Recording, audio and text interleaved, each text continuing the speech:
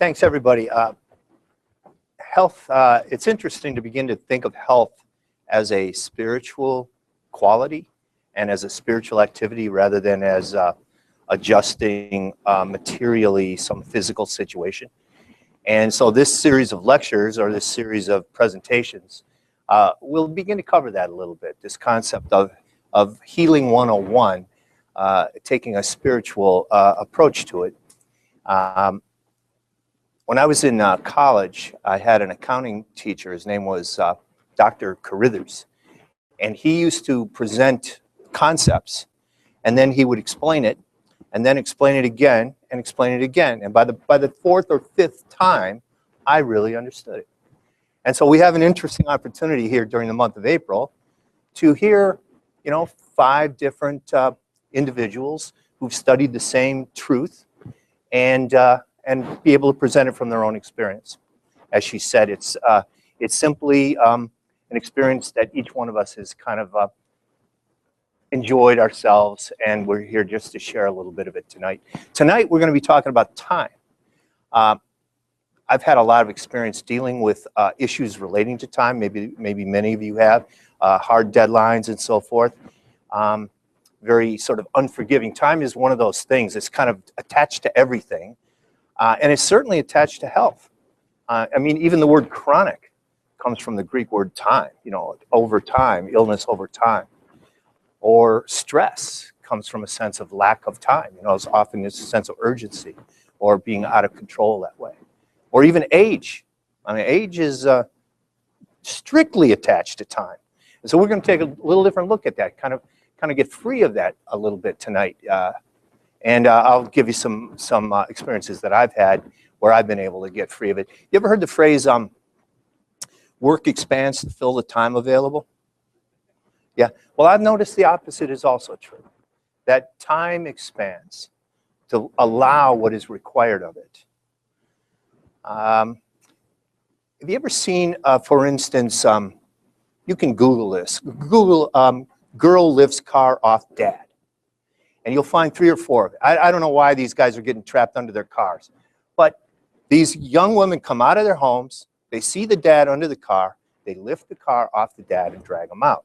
And as I say, you can go find 3 or 4 examples right now. I would say, it's because it's necessary to do it. They didn't get all buffed up and everything before they lifted those cars. They went and lifted the cars. And one girl said, I shoved it out of the way. I threw my weight against it and shoved it out of the way. Now, from a mortal standpoint, they explain that with adrenaline. There's also a term called hysterical strength. And yet, I would suggest it's only necessary. And therefore, they stepped up and did it.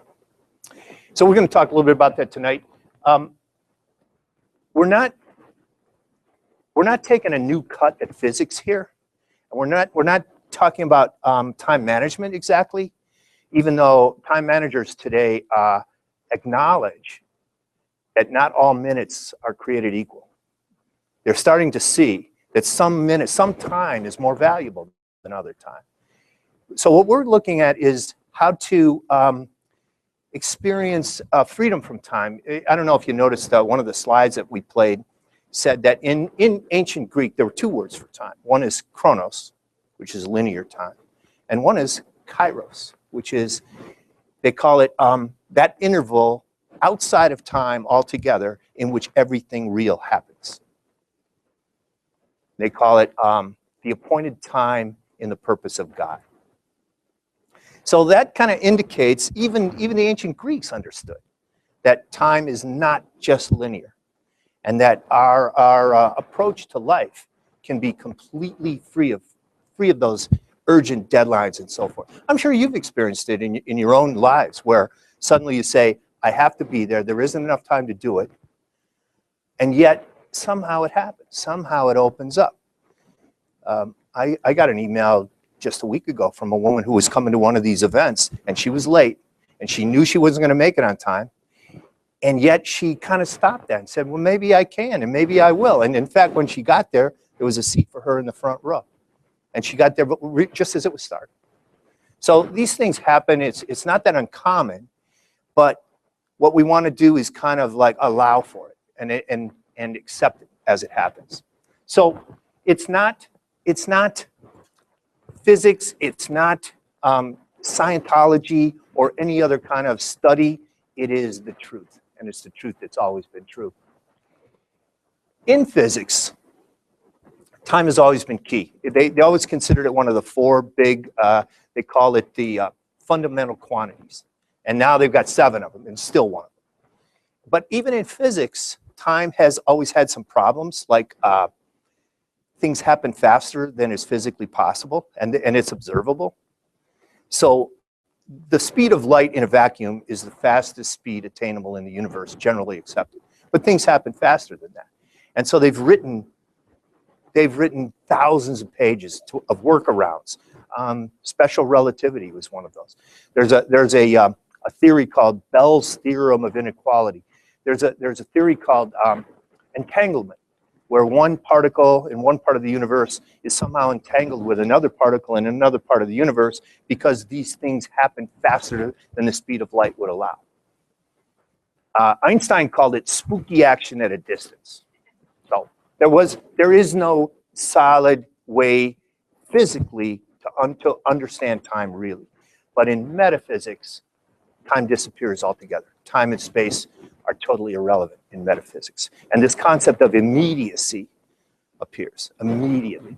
As a matter of fact, we're here at this School of Divinity, and it's entirely interesting to me to note that this term immediately appears in the New Testament, and it appears there 55 times, mostly relating to Jesus and his activities, like immediately he was at the shore, immediately his arm was restored, and the disciples too.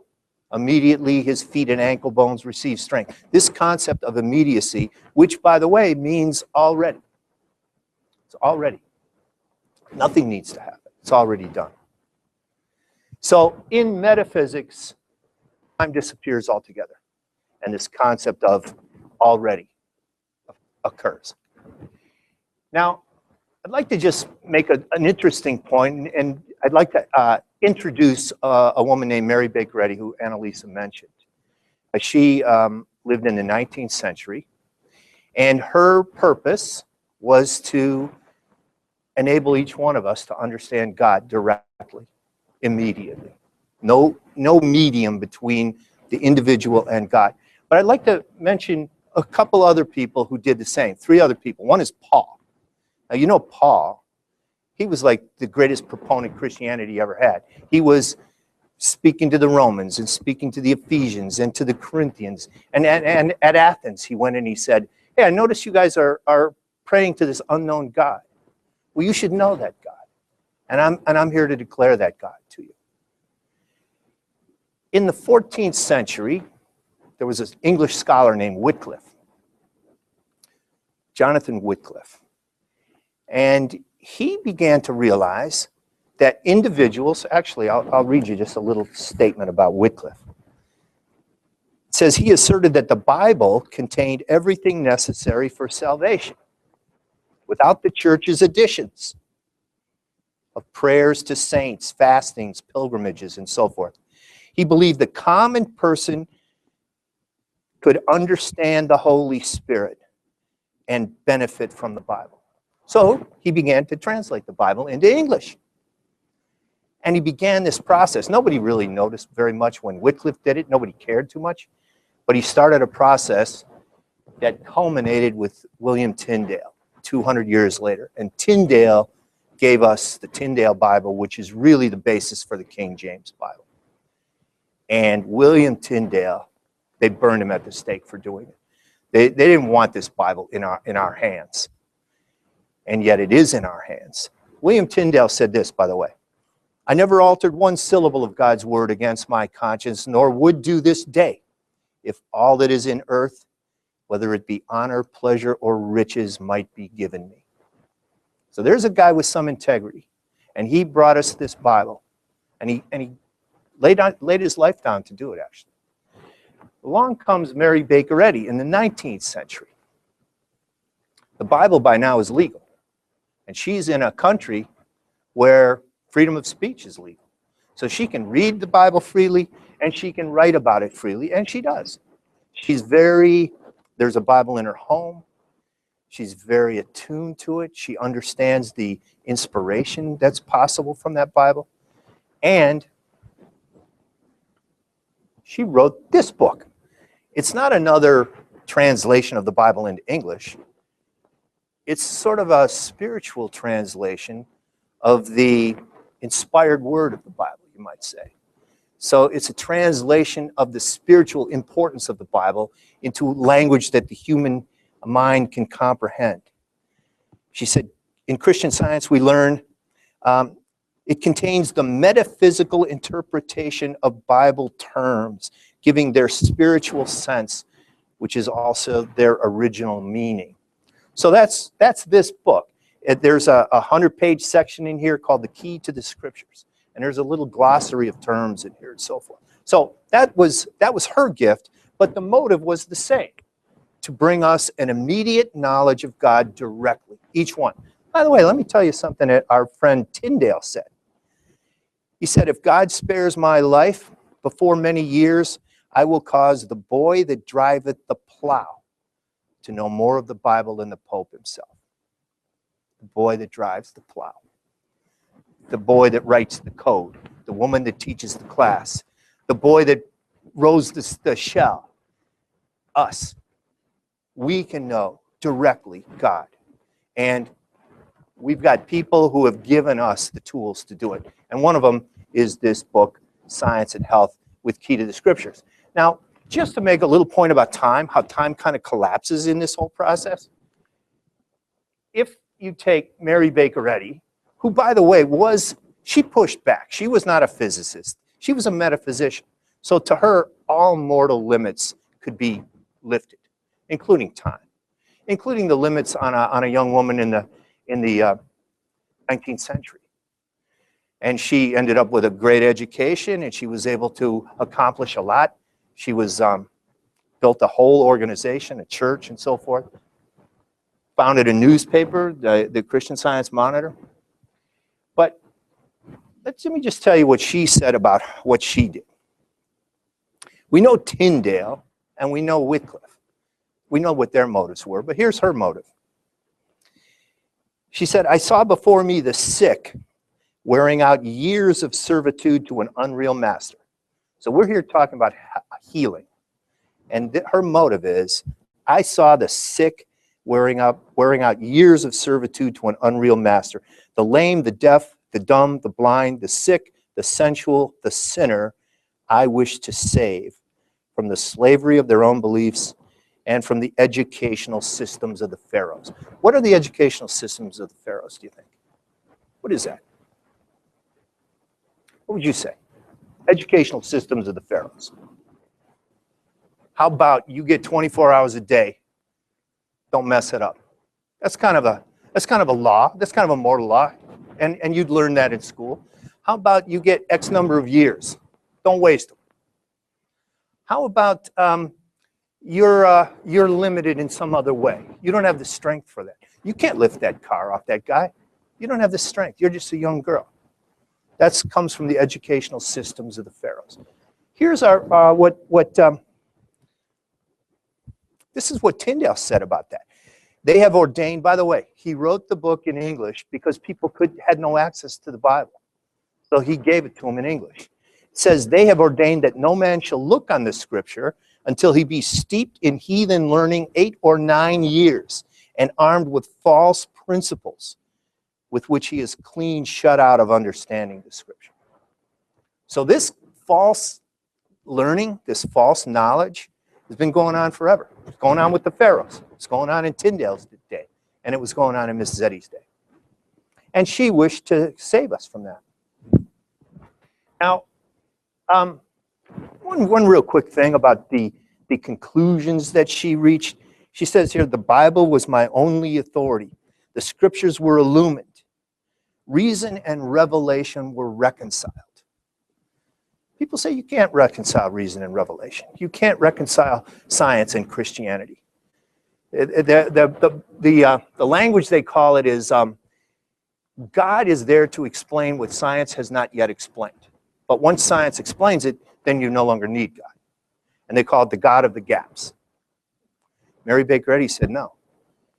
She said reason and revelation were reconciled.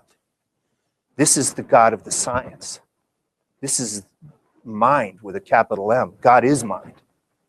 All true intelligence. There is no science explains what God has not yet explained.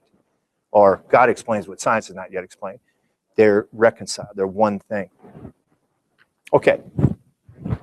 Now, just to draw one little conclusion here about Tyndale and so forth. In the Tyndale Bible, which we have in the King James Bible, there's this little verse in Luke. And it says this, thou shalt go before the face of the Lord to prepare his ways, to give knowledge of salvation unto the people. Knowledge of salvation. What did Wycliffe say the first time? The first guy that did it, he wrote this. Thou shalt go before the face of the Lord to make ready his ways, to give science of health unto his people. So that's the first guy that translated that verse into English. He called it science of health. Tyndale called it knowledge of salvation. Now, let's listen to what our friend Mary Baker Eddy said. She said, 6 weeks I waited on God to suggest a name for the book I'd been writing. Its title, Science and Health, came to me in the silence of night, when the steadfast stars watched over the world, when slumber had fled, and I rose and recorded the hallowed suggestion. God had led me to write that book and had whispered that name into my waiting hope and prayer. My thought is that time has now collapsed here. Hundreds of years, centuries of time have collapsed in a single motive, and it's come down to a single phrase. Science of health. And it suggests an underlying principle that reappears and always will throughout time, throughout eternity. Okay. One real quick thing about this book. I'd get some. You can get them online. You can buy them anywhere. You can find them anywhere. This one is pretty new. It's getting a little bit beat up because I travel with it. But these things get used hard. People read these. It's a textbook. And people read it hard like a textbook. They read it every day. As you can see, I've got some notes in it, but just look at this thing. It lays flat, the type is black, the paper is white, it's got line numbers on it. The whole thing is word searchable. It's available in 18 or 20 languages. So, and you can find it anywhere. So it's kind of like here to stay. It's actually in the public domain now, like the Bible itself. So anyway, that's Science and Health. And now, I'd like to just kind of move into a point. Like this girl that comes out and sees the dad under the car and lifts the car. If it's necessary, it's possible. The education of the system of the pharaohs might not say that, but it's true. If it's yours to do, get ready to do it. You know, there was a young girl that called me up and said, I'm supposed to go to Mexico tomorrow, but I lost my passport. And I asked one question. Are you supposed to go to Mexico tomorrow? And she thought a minute and said, yeah, I think I am. I said, then get going. Forget the passport. You've already looked everywhere for that passport. So just forget that. Get going. Get ready to go to Mexico. And I said, when's your flight? She said, tomorrow at 1. Tomorrow at 5. I said, you call me at 1 and say, Dave, everything's cool. She goes, you sound very confident. I said, that's right. Get ready to go. And you're going to have what you need. Because if it's right for you to go, you are going. And 15 minutes later, she had her passport. Now, she could have worried all night and spent that night in terror about when is the passport office open and how am I going to work this out. But she did. She got her suitcase out and started packing. I know a woman who was walking through O'Hare. She was headed to Boston. And she realized she didn't have her boarding pass. And at that time, boarding passes were a serious document. It's like a cash. It was handwritten and so forth, had her name written on. Now you just get another one printed. But she realized she didn't have her boarding pass. And she thought, I have to stop and go back. And then she said, I'm not going to stop and go back. This is God's trip. I'm going to move forward. And as she got off of one of those moving walkways, there was her boarding pass on the ground. How to get there? Who knows?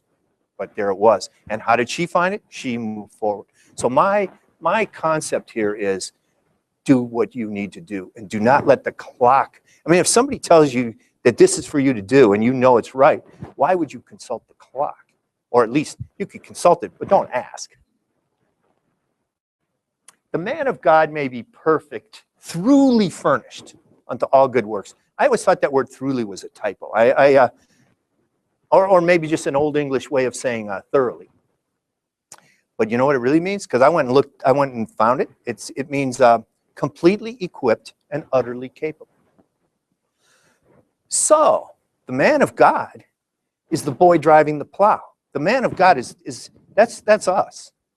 And we are completely equipped and utterly capable of doing what it is that is ours to do. So why would I ever say I don't have time, or I don't have enough money, or I don't have the strength, or I don't have the education, or I don't have the contacts? Those are like excuses that kind of miss the point. The point is, this is mine to do, and I'm going to get going on it and let it unfold. Things will unfold. You know, I had a situation one time. I was riding my motorcycle from, I think I was in Salt Lake City, and I was coming across the country, and I was headed up through Sault Ste. Marie, which is where the Great Lakes come together there. And I was going to cut across Canada. I lived in Boston at the time. And I was riding along this beautiful little 2-lane highway, and it was got to be, you know, about this time of night. And so I thought, that's enough, and I pulled into this campground, set up a tent. In the morning, it was a bright, beautiful day, dry, and I sat, as I often do, and did a little thinking, praying, and wrote a few notes. And I wrote this from memory. This says, remember, thou canst be brought into no condition, be it ever so severe, where love has not been before thee, and where its tender lesson is not awaiting thee. And then I packed up my stuff, I got my bike, and headed north. Well, now I get back to this beautiful 2-lane highway, but now this is a very busy artery. 70 miles an hour, trucks, a lot of traffic, a lot of action.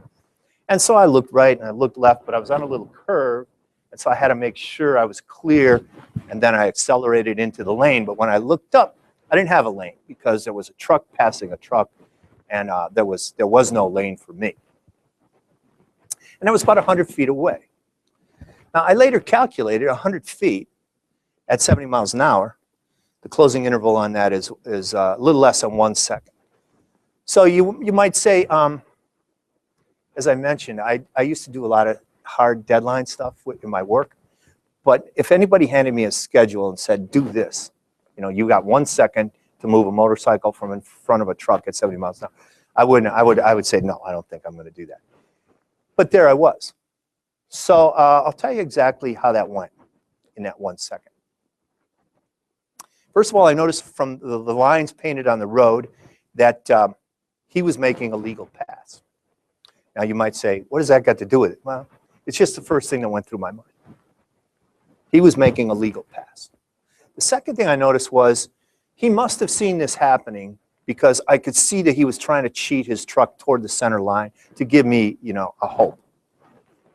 And nobody honked, which I think was a big advantage, because that would have introduced what, like alarm into that 1 second. We didn't need alarm in that 1 second.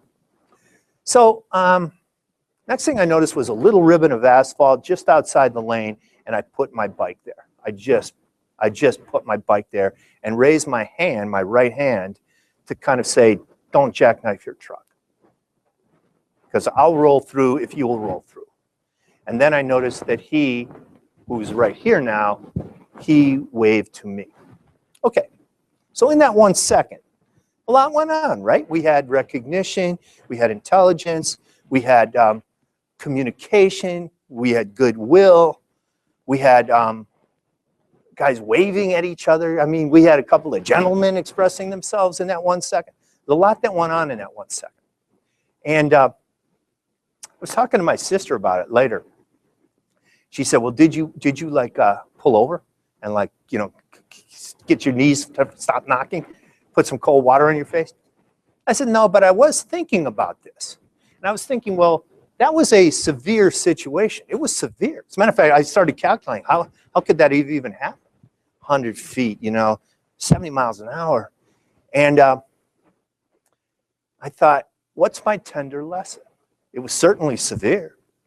So what's my tender lesson? And it occurred to me, time's not a factor because there wasn't time for that. What happened there was like a 1-second ballet, and there wasn't enough time for it, but it happened. And as I was riding toward Sault Ste. Marie, I started thinking about this verse from the Bible. 1 day with the Lord is 1,000 years, and 1,000 years is 1 day. So I thought, well, what is 1 second then with the Lord? And I calculated it out because, I had nothing. I had all day. It turns out it's 4.2 days.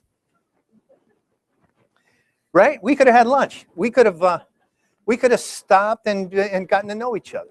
4.2 days. So by this spiritual computation, by this spiritual equation, there was no issue time. There was no time problem there at all. And there really wasn't.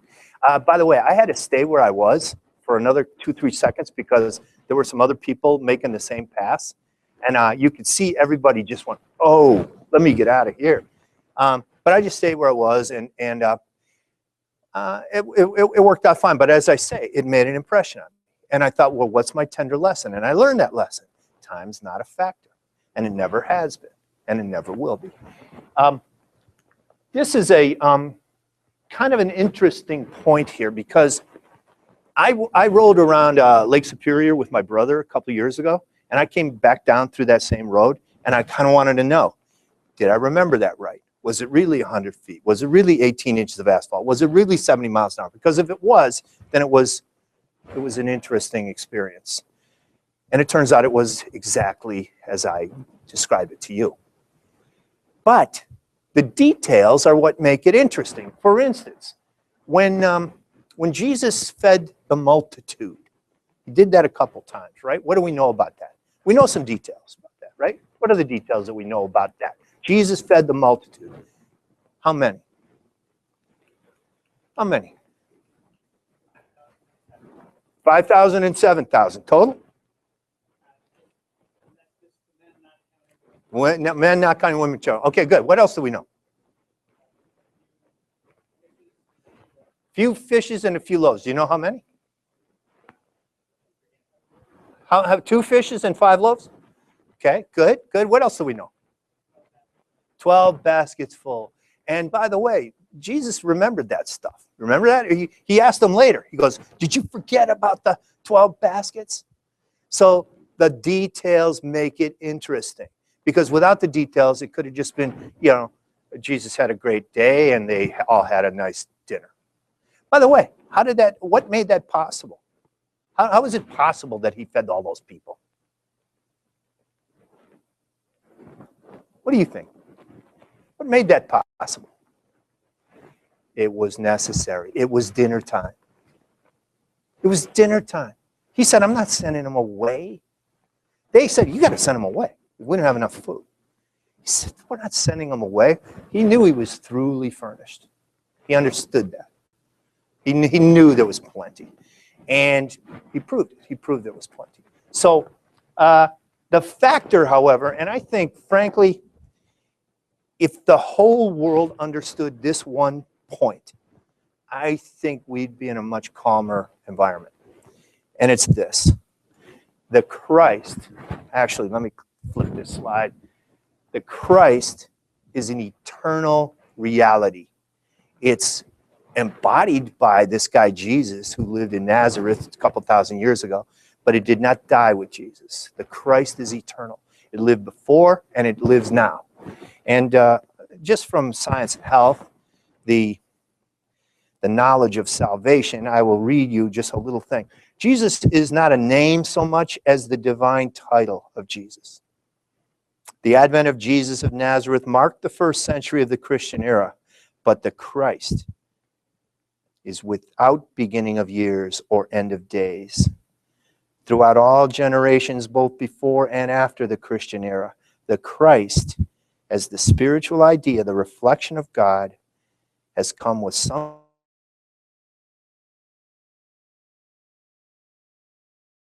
that would include us. She names a few of them. Abraham, Jacob, Moses, and the prophets caught glorious glimpses of the Messiah or Christ. Abraham lived 2,000 years before Jesus, and yet he glimpsed that. Matter of fact, there it is. Your father Abraham rejoiced to see my day. I mean, he wanted to see it, and he saw it and was glad. And there's a lot of joy in that little verse. And that was 2,000 years before Jesus came along. Think of the guys in the fiery furnace. They saw the form of the fourth. Remember that? There was a fourth guy in there. And he said, it looks like the Son of God. That was 500 years before Jesus lived. So this Christ presence is an eternal presence. And it's ours today. By the way, it says that this Christ baptized these seers in the divine nature, the essence of love. What's the divine nature, by the way? What's our divine nature? What's the divine nature of the boy driving the plow? What is that? I mean, we could imagine that he's got a sense of responsibility, right? He probably shows up for work whether he wants to or not. He probably tries to drive the plow straight, so he's got a sense of principle. He probably puts in an honest day's work, all right? Let's give him credit for that. So he's got a sense of integrity. We know at least that much about him. The divine nature is our nature. It's honest, it's upright, it's erect, it's loving, patient, respectful, all of those things. Principled. Okay. So I do think the world would be better if we understood that one point, that the Christ is here. We're not waiting for it. We didn't lose it. Just one other quick thing about time. Time doesn't give you anything, really. What you need is an idea. Time can't give you fulfillment. Time can't give you a sense of accomplishment. And if you want more time, it's kind of like almost an excuse. It's like a side trip. I want more time. What you really want is a better idea. I know a guy, a friend of mine, he's an architect, and he had an assignment. It was a architectural model that was due at a certain time, and he was late, woefully late, irretrievably late, to the point that it was affecting him like physically. And then his wife said, oh, by the way, we've got some people coming over for lunch. Just what he didn't need. But he went to this lunch, and he was a good host. And at lunch, he sneezed, and this young girl, I got the impression she might have been around 10 years old, said, God bless you. And it just caught his attention. It just caught his attention. This young girl sees this little sneeze and evokes this blessing of God. And he got an idea. The idea was, I don't have to paint those pieces with a brush. I can spray paint those pieces. He saved so much time that he turned the project in early. It was an idea. You're not going to get more time, usually. You might file for extensions and all that stuff, but usually you're not going to get a lot more time. You might as well just handle it in the moment and move forward and know that God is going to give you what you need as you step forward. As you move forward toward Mexico, if you're supposed to go, passport or no, you're going to have everything that you need to do it. Okay. I'll read one real quick thing here that Mary Baker Eddy says about this ideas. She says, God gives you his spiritual ideas, and in turn, they give you daily supplies. Never ask for tomorrow. It's enough that divine love is an ever-present help. And if you wait, never doubting, you will have all you need every moment. There's a little reading list, and they put it up online, and you can click to it if you want to download it. But in there's an article. It's called High Stakes Project Led by Prayer. And this woman is in a situation, it's a fairly involved article, but at the very end, she's in a situation where she needs to deliver $50,000 worth of computers, and she's got 10 minutes to get it done. And it's, that would be a pressure situation. And in this article, she's walking up the steps to tell her team leader that she's not going to get it done. After all they succeeded at, she's going to miss this thing. But on the stairway, an idea came to her. And she turned around, made a phone call, and within 10 minutes, she saw the computers being delivered. So you can read that article. It's on that reading list. Okay. if we can operate in the now, I read an article the other day about one of our presidential candidates who operates in the now. If you can operate in the now, you're not worried. Worry has nothing to commend it. Worry is, I think people call it like sitting in a rocking chair. It makes you feel like you're doing something, but you're going nowhere. Actually, I think it's worse than that. It's worse than wasting your time. It's like working against yourself, worry is. And also, so is regret. If there's something that needs to be handled and dispensed with, handle it and dispense with it. And you don't need to regret it forever. Just can move right on. This idea of I'll file for an extension or let me procrastinate a little bit, that just means forward it to tomorrow. And what happens tomorrow? You know, tomorrow's got its own issues. So you might as well do it now. Also, salvation is kind of an interesting concept, and people wait their whole lives for it, and they got their fingers crossed and everything. Salvation is today. It's right now. It's this hour. Save this hour. Save this day, this moment. Nothing can dictate what happens to us in this moment. This is between us and God can uplift this moment, inspire it, give it wings. And so let's save this one. Let's not wait for salvation. Also, this concept of almost, which seems pretty good, like, you know, I almost got there, I was almost there. But almost is tied linguistically to the word penury, which means extreme poverty. So almost is not what you're looking for. You want already. I'll give you one real quick little statement from Mary Baker Eddy. She says, science reveals the possibility of achieving all good and sets mortals at work to discover what God has already done. But distrust of one's ability to gain the goodness desired and to bring out better and higher results often hampers the trial of one's wings and ensures failure at the outset. So if you get into the now and sort of stay there, you start to have this sense of immediate answer, immediate movement, immediate accomplishment, rather than, I think, hope, you know, wait sometime, or maybe it'll never be accomplished. If I was making notes, I would probably write this down. This concept that the truth that has ever been true is still true. It's true for us. It's true tonight. It'll always be true. If someone has ever proven it, you can prove it.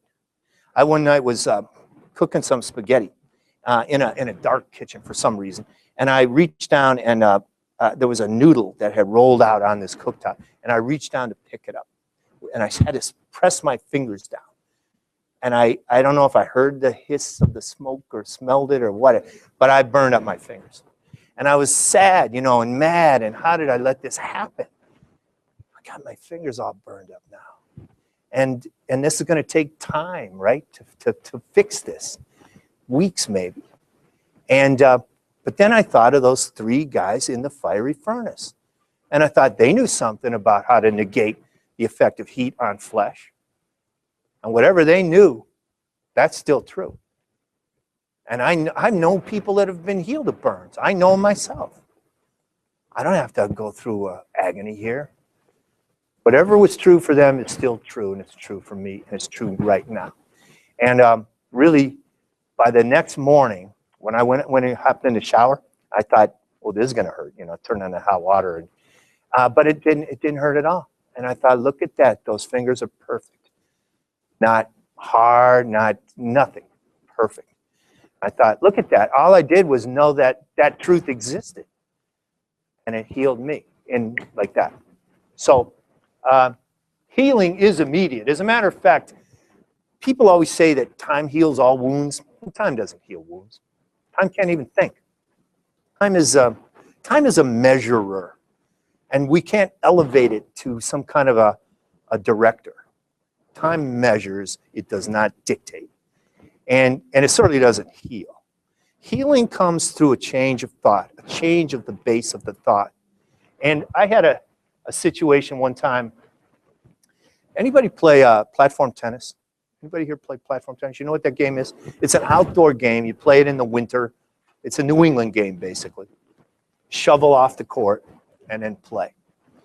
Anyway, one night I sprained my ankle, and I taped it up with some duct tape, and I went on, to play. But the ankle was weak, and it was so I took a couple weeks off. Went back to play again, but the ankle was worthless, and so I took a couple more weeks off. And then I sprained it again in my driveway. And then I sprained it again in the woods while I was walking with two dogs. And I stopped and I thought, Dave, time and rest are not making your ankle stronger. If anything, it's getting weaker. You're turning it over nothing now. And I thought, you have to think differently. There has to be a change in the way you think. And I like to play tennis, right? So I'm willing to do that. I said, okay, I'll think differently. And the thought came, you got to think radically differently. I said, okay, what's the radical thought? And it occurred to me, the radical thought is the original accident never happened. I thought, yeah, that's radical, all right. That's like, that's a massive leap because it did just happen, right? Just 30 seconds ago. But like I say, I like to play. So it was worth it. The upside potential of this was worth the leap I was having to take, the leap of faith I was having to take.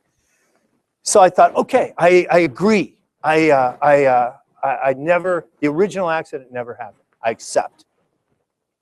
Then the thought came, but be careful now to not re-injure yourself walking out of here, because there's horse hoof prints and there's ice and snow on these trails. And I thought, yeah, but hold it. I just accepted this radical premise. And why would I right away be careful not to re-injure something that never got injured? And I thought, I really wouldn't, and I'm not going to. And before I could think about it again, I just stepped forward. And I've been walking ever since. Okay, so it was immediate. The ankle was strong, and I played that night. I've been playing ever since. I don't think I've ever had any tape on my ankle since. By the way, I've always been spraining my ankles, like a lot, like all my life. I've always been taping them up and putting sleeves on them and everything, and buying those pumped up shoes to stabilize it so that you can play basketball and stuff. So when you say the original accident never happened, which original accident are we talking about? Right? The one that happened 30 seconds ago? Or the one that happened 3, 4, 6 weeks ago? Or the one that happened 30, 40, 50 years ago? Or the one that happened 50,000 years ago, when the first caveman rolled his first ankle? When you get rid of that original accident, it's gone. It's gone forever, going forward and backward. And so it's worth taking these radical steps. I don't really want to wear sleeves and braces and tape and stuff on my ankles. It's hot. It's hard. I don't like it. So why? Why not just be strong? You are strong. God made you that way. You're thoroughly furnished, including ankles. The man of God does not walk on weak ankles. Never has. Okay. I'd like to read one real quick thing. This is a book called Christian Healer, Mary Baker Eddy, Christian Healer. And it's an amazing compilation of healings of this woman, Mary Baker Eddy. And again, I'd get one of these. You can buy them online. But I'd like to read just 2, 3 sentences from this. There's a guy named Wheeler who had an infected finger. And it was so badly infected that he was going to have it amputated. Now just think of how badly infected your finger would have to be before you'd go have it amputated. Okay, so this guy had been through something, and he got to this point. And then Mrs. Eddy came along and said this. The day that his physician, an MD, had proposed to amputate his finger, I asked to be allowed to treat him. My request was granted. His wife had already told me of his agony and asked me to help him. He had his hat on, waiting to take his carriage to visit the surgeon. I said to him, will you allow me to stand here a few minutes before you go and think about your finger? If you will be quick, I will, he said. I stood in thought for perhaps 5 minutes when he said, there is not a bit of pain or soreness in my finger. I said, take the cloth off and leave it unbandaged. He did so, and in half an hour, after rubbing his finger and saying it doesn't hurt a particle, he went out, got in his carriage, and went about his business, never feeling any inconvenience from the finger thereafter. So that's 5 minutes well spent for Mr. Wheeler. Okay.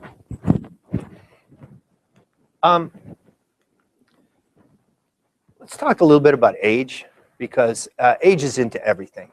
Did anybody ask you your age yet today? Yeah. They want, I mean, they ask me, anytime I get on an airplane, put your birth date down. It's, the world loves to do it. And it's, I suppose it's a natural thing. You know, when you're walking your dog, they say, how old is your dog? It's like the first question they ask. But challenge that, change that. There was a Christian scientist named Paul Stark-Seeley, and he used to say, when they'd ask him his age, he'd say, that's none of my business. Or somebody told me just the other day, they said, I don't mind if you know, but I don't want to know. Okay? So if I were going to define myself, I could say, yeah, well, I'm a white guy of a certain age and certain education, certain interests, certain income level and all that. Or I could say, no, actually, I'm just an ageless idea of divine mind. I'm thoroughly furnished. I can do whatever I need to do. I'll always have whatever I need. I'll always have the money or the strength or whatever it is that I'm going to require. And I could define myself that way. In Spanish, there's a little phrase, tengo muchos años, pero no tengo edad. I have many years, but no age. So you can have lots of experiences and be very valuable, but don't attach it to an age. There's a guy that told me the other day that he got a new Mustang. It was a 2016 Mustang. And he was proudly telling me about it, and he said, it's a midlife crisis for me. I said, no, man, that's a God-given Ford Mustang. Don't tie it to some mortal claim. Don't think of yourself as with some kind of a clock ticking. You're here, and you're perfect, and you're eternal. You're not an age. Let me read you something that our friend Mary Baker Eddy wrote about that. She said, age. She said, the measurement of life by solar years robs youth and gives ugliness to age. Never record ages. Chronological data are no part of the vast forever. Timetables of birth and death are so many conspiracies against manhood and womanhood. So you don't need conspiracies against your manhood and womanhood. So you stay out of that age business if you can. Even with your 4-year-old, what a cool little 4-year-old. Well, he's a cool little guy. Doesn't actually matter that he's 4. So stay out of that if you can. I don't know if you know Enoch very well. We don't hear too much about Enoch. I believe he was Methuselah's father. But I think he's kind of an unsung hero for the point that we're discussing tonight. Because Enoch, we know 3 things about him. He walked with God. He did those things that pleased God. And he never saw death. Okay? So the boy driving the plow walks with God, does those things that please God. He never needs to see death. Death is, the word is mort, and that goes right to mortal. So stay out of that mortal. Don't identify yourself as a mortal. Identify yourself as an immortal, and it's a more beautiful way. And our friend Enoch would be proud of us. This might be kind of a place to kind of finalize here. This is a little statement from the Christian Science Journal. The Christian Science Journal is a monthly magazine. It's been published since 1883 every single month. And its first editor was Mary Baker Eddy, and she wrote this. This is just a sentence or 2 from an article called The New Birth. She said, the new birth is not the work of a moment, but it begins with moments and goes on with years. And then she describes the moments. And just think how simple these moments are. Moments of surrender to God. Moments of childlike trust. Joyful adoption of good. Moments of self-abnegation. You know what self-abnegation is? You know what that is? It's like putting somebody else's interests ahead of your own, or putting some other interests ahead of your own selfish interests. I'll give you an example. I was playing basketball one night up in a gym north of Chicago, and I took my coat off and laid it on the floor. And I thought, I'll just watch my coat. It'll just sit there. But a minute later, it was gone. Not 1 minute later, that my coat was gone. And I thought, I can't believe that. And I just ran around looking for my coat. I ran outside and downstairs and upstairs. And then I made my way back to this doorway, and I thought, I'm going to go back outside. But when I got to the door, there were 3 guys coming up a stairway, and I thought, I don't have time to hold the door for these guys because I'm so busy looking for my coat.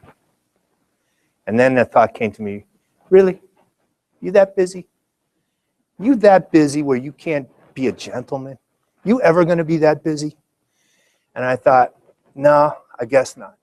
And in that moment, I decided I may never see that coat again, but I'm going to hold this door.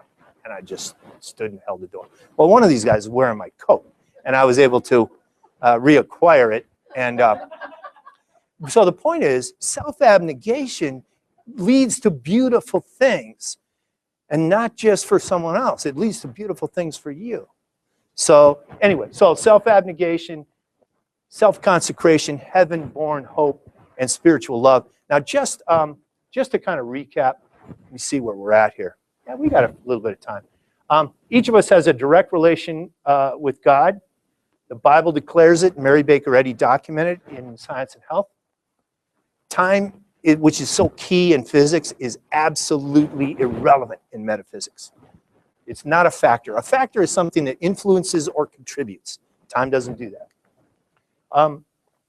If it's necessary, it's possible. If it's yours to do, go do it. The clock cannot tell you you can't do what's yours to do. Timeless Christ is the factor. And it's ideas, not more time. What we're looking for is, give me another idea, and the idea will save the time.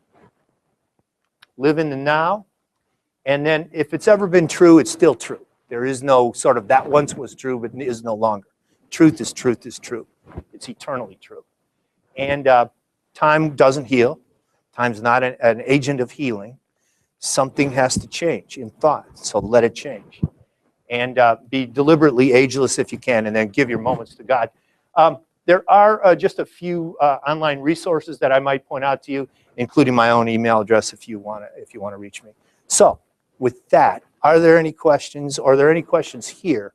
Anything I didn't cover, or anything you think I kind of glazed over too fast? Look at that, we finished up on time too. Any questions at all, or any comments? Or So we have a question online. Yeah. And it's been repeat questions. Okay, good. He asks, what about when a husband and wife divorce over abuse and the husband wants his wife back? He's not interested in counseling and forget the former spouse in another relationship. How do you move forward with issues like that? Okay, so let me see if I can repeat that. There was a divorce because there was abuse. The husband wants the wife back and kind of can't get beyond that, but is not really willing to change. No, there has to be a change. Erroneous behavior has to change. And you're not going backward, let's put it that way. You're going forward. And if that husband wants to move forward, great. But there is no, you're not going backwards. So I'd say that's it's maybe a simplistic approach, but I would say move forward. And if he comes, great. That's up to him. By the way, I met somebody recently who there was a breakup, and the guy followed his own kind of path, and he found his way. And then he met his wife at one of these events, and he saw her there again. He didn't expect to see her there, but there she was. But they had all come to the same point. I think it's a marriage is a union of hearts, Mary Baker Eddy says. And so if there's no real union there, if it's just physical, it's not really a union. Another question, can you repeat the phrase defined thoroughly furnished? Or Thoroughly furnished? Yeah. truly furnished means completely equipped and utterly capable. So it's two parts, it's two pieces. There's two connotations to it. It's not just having the stuff, it's knowing what to do with it. It's being completely equipped and utterly capable. So that, I think that's what she's looking for. Any other questions? Those were simple.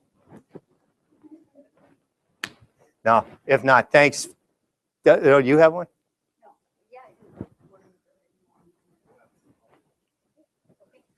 Thank you all, and thanks for everybody who's online, and hopefully this came out okay. I'll watch it later myself. Yeah. Oh, yeah. As I mentioned, or as Annalisa mentioned at the beginning, this is the first of 5. And we've heard some experiences that I've had, and next week we'll hear some more experiences. You'll hear another whole life that has kind of evolved, and how that has been blessed. And then the next week there's another, and there's 5. And by the time, hopefully you can plug into all 5 of them, and I think we have a really rare opportunity to really grow some, each one of us, through these 5. So yeah, so that's next week. Same time next week. So thanks, everybody.